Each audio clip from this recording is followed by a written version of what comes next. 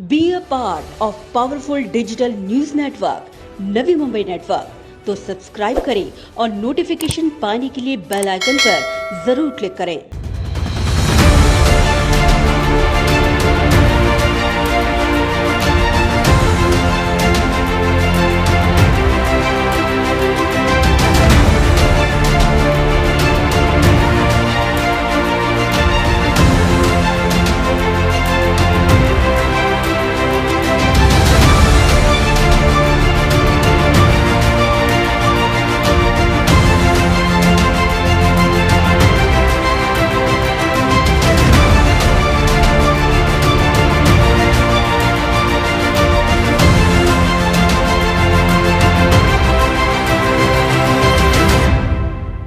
ऐरोली के विधायक गणेश नाइक ने मुंबई और ठाणे की तर्ज पर नवी मुंबई में बन रहे 1700 बेड के जंबो कोविड केयर अस्पताल को निरर्थक बताते हुए कहा कि ऐसे कोविड अस्पताल का फायदा ही क्या जहां ऑक्सीजन बेड हैं, वेंटिलेटर है, मगर उसे ऑपरेट करने के लिए कोई शख्स नहीं।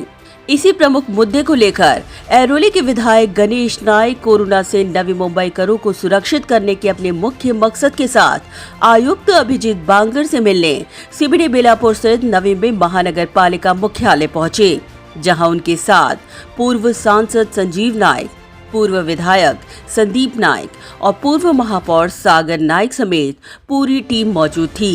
ऐरोली के विधायक गणेश नाइक द्वारा की गई मांगों का ज्ञापन पूर्व विधायक संदीप नाइक ने आयुक्त अभिजीत बांगर को सुपुर्द किया। इस दौरान आयुक्त अभिजीत बांगर के समक्ष गणेश नाइक ने जंबो कोविड अस्पताल की निर्मिती का मुद्दा उठाते हुए कहा कि इस कोविड केयर अस्पताल का फायदा ही क्या जब यहाँ पर ऑक्सीजन बेड हैं, वेंटिलेटर हैं, मगर इन्हें ऑपरेट करने के लिए नवी मुंबई महानगर पालिका के पास कोई कर्मचारी ही नहीं। सगळ्यात मोठा मुद्दा असा की जम्बो कोविड सेंटर निर्माण करणं हा काय पराक्रम नाही। साध्या बेड, ऑक्सिजन बेड आणि व्हेंटिलेटर बसवले तरी सुद्धा ते ऑपरेट करणारी यंत्रणा नसेल तर त्या ठिकाणी यंत्रणा नाही असंच माझं मत आहे। ऐरोली के विधायक गणेश नाइक ने नवी मुंबई में कोरोना के बढ़ती संख्या को देखते हुए आयुक्त अभिजीत बांगर को महत्वपूर्ण सुझाव देते हुए कहा कि आयुक्त राज्य आरोग्य विभाग सचिव से कहे कि वे उन राज्य के आरोग्य सचिव से संपर्क साधें जहां कोरोना का प्रादुर्भाव कम हुआ है।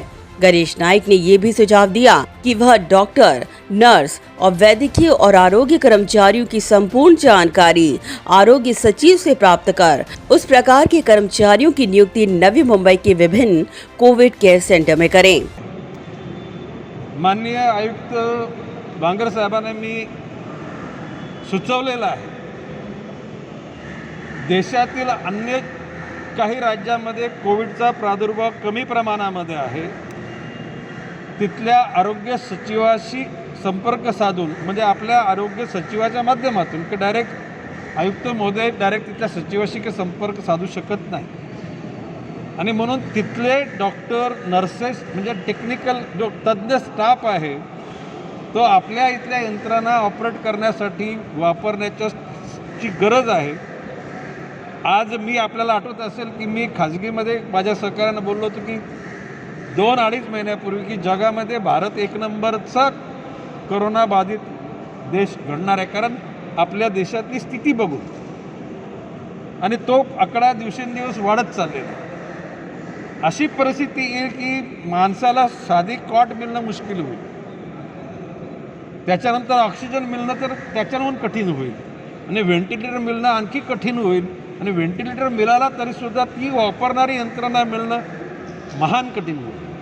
आणि या बाबतीमध्ये माननीय आयुक्तांना मी माननीय सचिव आरोग्य विभाग यांच्यामार्फत अन्य राज्यातील कोरोना बाधित रुग्णाची संख्या आणि त्या खाजगी रुग्णालयामध्ये किंवा अन्य ठिकाणी कशा प्रकारचा तो टेक्निकल स्टाफ उपलब्ध होईल याची आतापासून सुरुवात करा, अशा प्रकारची भूमिका सांगितली। गणेश नाइक की सबसे महत्वपूर्ण मांग वाशी महानगर पालिका अस्पताल को कोविड फ्री करना और उनकी इसी मांगों का ऐसा असर हुआ कि आयुक्त अभिजीत बांगर ने एक्शन लेते हुए वाशी महानगर पालिका अस्पताल को आगामी 21 सितंबर तक तकरीबन 175 बेड नॉन कोविड अस्पताल के साथ शुरू करने की घोषणा की है।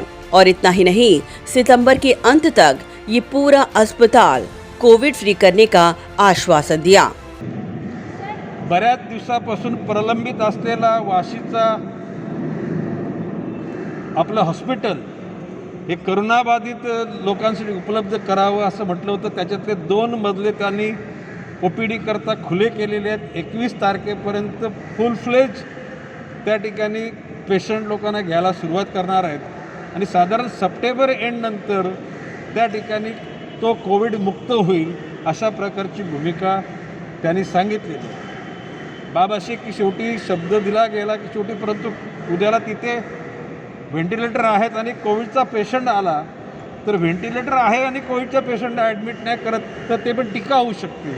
आणि म्हणून मी त्याला सांगितले की तुम्ही व्हेंटिलेटर अन्य ठिकाणी उपलब्ध करून घ्या, जेणेकरून त्या ठिकाणी वाशीचं रुग्णालय अन्य रुग्णांकरता, की आता पावसाला गेला, पावसाळ्यानंतर जो ऊन पडतो त्यावेळेला डेंग्यू मलेरियाची साथ वाढते आणि त्याच्याकरता फवारणी पण करा आणि त्याकरता ऑक्सिजनचे बेड्स आणि व्हेंटिलेटरचे बेड हे वाशीला तयार करा। वाशीनंतर ऐरोली, नंतर नेरूल या ठिकाणी सुद्धा कोविड फ्री सेंटर निर्माण करण्याची भूमिका त्यांना मी सांगितली।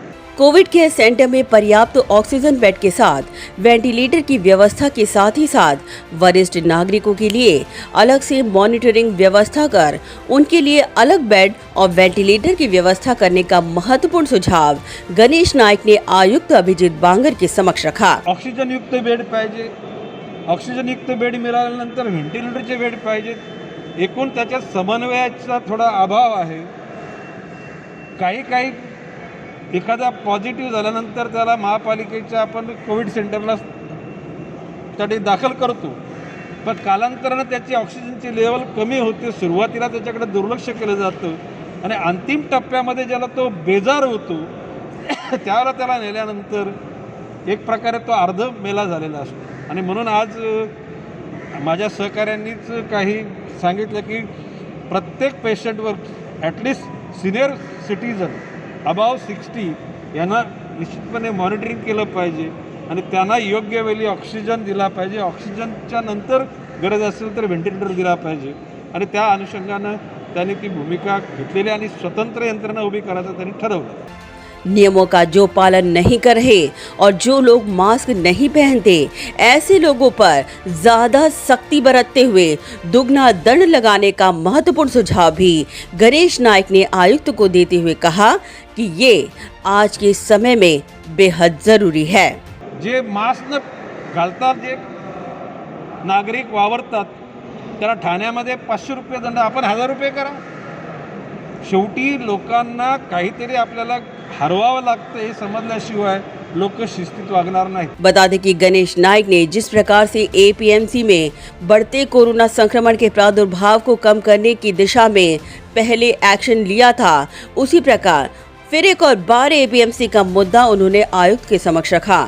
उन्होंने कहा कि एपीएमसी को अब दोबारा बूस्टर इंजेक्शन देने की जरूरत है, क्योंकि वहां दोबारा से लापरवाही बढ़ती जा रही है, जिससे कोरोना का प्रादुर्भाव बढ़ेगा और इसलिए दोबारा वहां पर महानगर पालिका द्वारा मॉनिटरिंग की जाए। आपल्याला आठवत असेल की एपीएमसी बंद करा आणि एपीएमसी मध्ये ऑक्सिजन लेवल घ्या, त्याची एकूण त्यांना टेम्परेचर किती हे तपासून बघा, सोशल डिस्टन्स, हँड वॉशिंग अशा प्रकारचे प्रकार केले। परंतु आता एपीएमसीमध्ये त्या ठिकाणी पुन्हा लोकांच्यामध्ये जो पूर्वीचा जो प्रभाव होता तो प्रभाव असते कमी होत चाललेला आहे आणि म्हणून एपीएमसीमध्ये पुन्हा एकदा त्यांना बूस्टर इंजेक्शन देण्यासाठी आम्ही सुचवलेलं आहे। एपीएमसीमध्ये जर त्या ठिकाणी पुन्हा जर लेथार्जिकपणा केला गेला तर पुन्हा तिथून प्रादुर्भाव होऊ शकतो आणि त्या अनुषंगाने ते कारवाई करतात असं त्यांनी म्हटलेलं आहे। इस दौरान पूर्व विधायक संदीप नाइक ने भी आयुक्त के समक्ष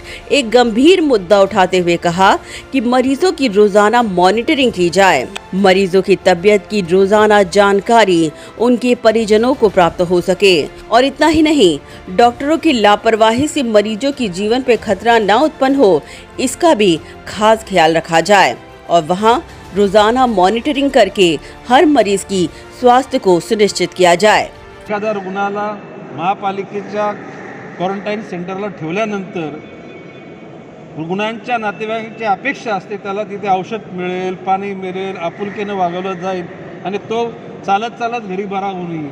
परंतु त्या ठिकाणी काही वेळेला त्यांच्याकडे दुर्लक्ष झाल्या कारणानं त्यांना विकनेस येतो, श्वास घ्यायला त्रास होतो, त्यांची ऑक्सिजन लेवल कमी होते आणि मग अंतिम टप्प्यामध्ये त्यांना ऑक्सिजनवर नंतर व्हेंटिलेटर कधी रुग्णाचा मृत्यू होईपर्यंत त्यांना खबर लागत नाही. ही बाब त्या ठिकाणी लक्षात आणून दिली. प्रामुख्यानं संदीप नाईकांनी ही बाब आज लक्षात आणून दिली आयुक्तांच्या, आणि आयुक्तांनी त्या बाबतीमध्ये सतर्क होण्याकरता यंत्रणांना त्यांनी सांगितले.